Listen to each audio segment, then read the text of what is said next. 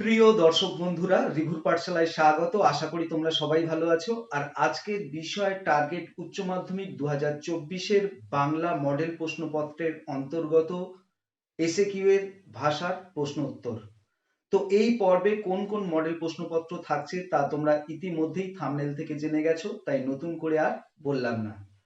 প্রশ্নোত্তরগুলো জানতে সম্পূর্ণ ভিডিওটি দেখো, ভালো লাগলে লাইক করে দাও, আর এই পাঠশালায় নতুন হয়ে থাকলে চ্যানেলটিকে সাবস্ক্রাইব করে বেল আইকন প্রেস করে নোটিফিকেশন অল করে দাও। তাহলে পরে এই ধরনের নিত্য নতুন ভিডিওর আপডেট সবার আগে পেয়ে যাবে। তো চলো আমরা প্রশ্নোত্তরগুলো জেনে নিই। টার্গেট উচ্চ মাধ্যমিক 2024 মডেল কোয়েশ্চেন সেট 13 2.10 মুন্ডমাল শব্দ কাকে বলে? একটি শব্দগুচ্ছের প্রত্যেকটি শব্দের শুধুমাত্র প্রথম ধ্বনিগুলির সমাবেশ ঘটিয়ে যখন একটি শব্দ তৈরি হয় তখন তাকে বলা হয় অ্যাক্রোনিম বা মুন্ডমাল শব্দ। যেমন ভিআইপি অর্থাৎ ভেরি ইম্পর্টেন্ট পারসন, ঠিক তেমনি WBBSE অর্থাৎ West Bengal Board of Secondary Education, WBCHSE অর্থাৎ West Bengal Council of Higher Secondary Education. অথবা গুচ্ছধ্বনি কাকে বলে? পাশাপাশি উচ্চারিত দুটি ব্যঞ্জনধ্বনির সমাবেশকে গুচ্ছধ্বনি বলে। গুচ্ছধ্বনির মাঝখানে কোনো স্বরধ্বনি থাকে না, যেমন উত্তর শব্দটিতে পাশাপাশি দুটি ত উচ্চারিত হয়ে একটি গুচ্ছধ্বনি তৈরি করেছে। 2.11 বর্ণনামূলক ভাষাবিজ্ঞানের আলোচ্য বিষয় কী? বর্ণনামূলক ভাষাবিজ্ঞান সমকালীন প্রচলিত ভাষার স্বরূপ গঠন রীতির বিচার বিশ্লেষণ করে, অর্থাৎ ধ্বনিবিজ্ঞান ও ধ্বনিতত্ত্ব, রূপতত্ত্ব, বাক্যতত্ত্ব ও শব্দার্থ তত্ত্ব নিয়ে আলোচনা করে। অথবা সঞ্জননী ব্যাকরণ কাকে বলে? সমস্ত বাক্য কিভাবে সঞ্জাত হয় তার খবর যে ব্যাকরণ দেয় তাকে বলা হয় সঞ্জননী ব্যাকরণ। এই ব্যাকরণের প্রবক্তা নোয়াম চমস্কি। 2.12 লাং এবং পারল কাকে বলে? ভাষার মান্য ও সর্বজনীন আদর্শ রূপ হল লাং, আর দৈনন্দিন ব্যবহার্য ভাষারূপ নিয়ে গড়ে ওঠে পারল। এক্ষেত্রে ভাষার বাস্তব ব্যবহারকে গুরুত্ব দেওয়া হয়।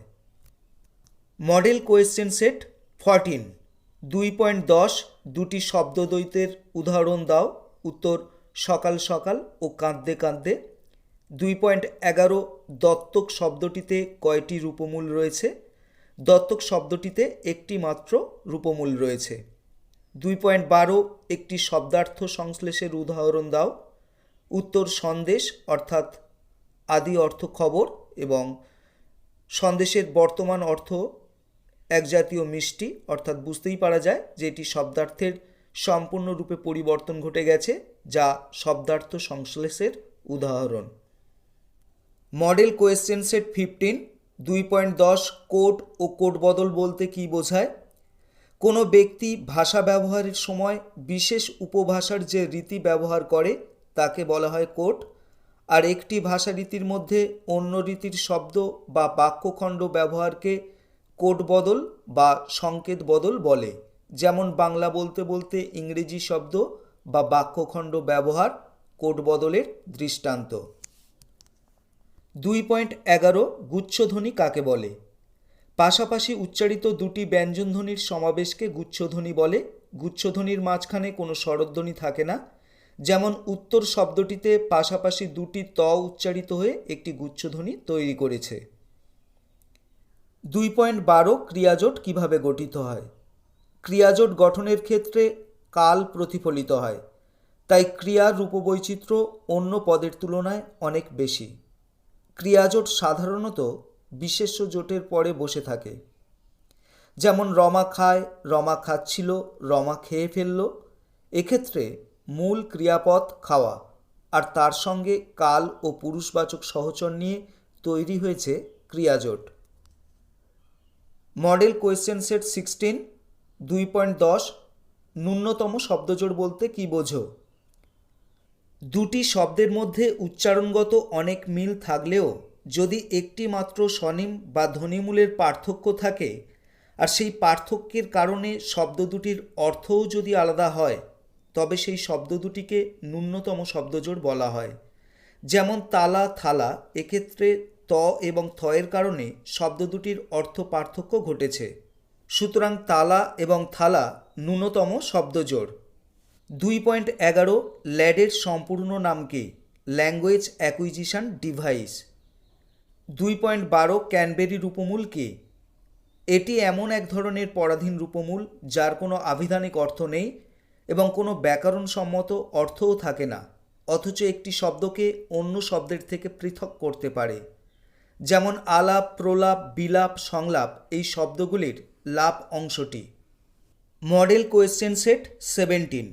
2.10 আবারও একই প্রশ্ন, মুন্ডমাল শব্দ কাকে বলে? একটি শব্দগুচ্ছের প্রত্যেকটি শব্দের শুধুমাত্র প্রথম ধ্বনিগুলির সমাবেশ ঘটিয়ে যখন একটি শব্দ তৈরি হয় তখন তাকে বলা হয় অ্যাক্রোনিম বা মুন্ডমাল শব্দ। 2.11 রূপমূল কাকে বলে? উদাহরণ দাও। রূপিম বা রূপমূল হল এক বা একাধিক ধ্বনির সমন্বয়ে গঠিত ক্ষুদ্রতম অর্থপূর্ণ পৌনঃপুনিক বাক্যিক একক, যেমন বাবা, মা, দেশ ইত্যাদি। 2.12 রেজিস্টার কি?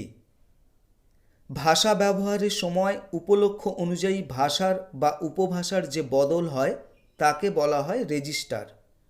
যেমন উপভাষা অঞ্চলে বাঙালি ছাত্ররা স্কুলে মান্য বাংলা বললেও বাড়িতে তারা বাংলার কোনো একটি উপভাষাতেই কথা বলে। Model question set 18। 2.10 ভাষাবিজ্ঞানের বহুল প্রচলিত শাখাগুলি কি কি? তুলনামূলক ভাষাবিজ্ঞান, ঐতিহাসিক ভাষাবিজ্ঞান এবং বর্ণনামূলক ভাষাবিজ্ঞান। 2.11 বাগধ্বনি কত প্রকার ও কি কি? বাগধ্বনিকে দুই ভাগে ভাগ করা হয়, যথা বিভাজ্য ধ্বনি ও অবিভাজ্য ধ্বনি। 2.12 আবারও সেই একই প্রশ্ন, মুন্ডমাল শব্দ বলতে কী বোঝো? একটি শব্দগুচ্ছের প্রত্যেকটি শব্দের শুধুমাত্র প্রথম ধ্বনিগুলির সমাবেশ ঘটিয়ে যখন একটি শব্দ তৈরি হয় তখন তাকে বলা হয় অ্যাক্রোনিম বা মুন্ডমাল শব্দ, যেমন ভিআইপি। তো বন্ধুরা, আজ এই পর্যন্ত। আবার দেখা হবে আগামী পর্বে সম্পূর্ণ একটি নতুন বিষয়ের সঙ্গে। প্রত্যেকে ভালো থেকো, সুস্থ থেকো।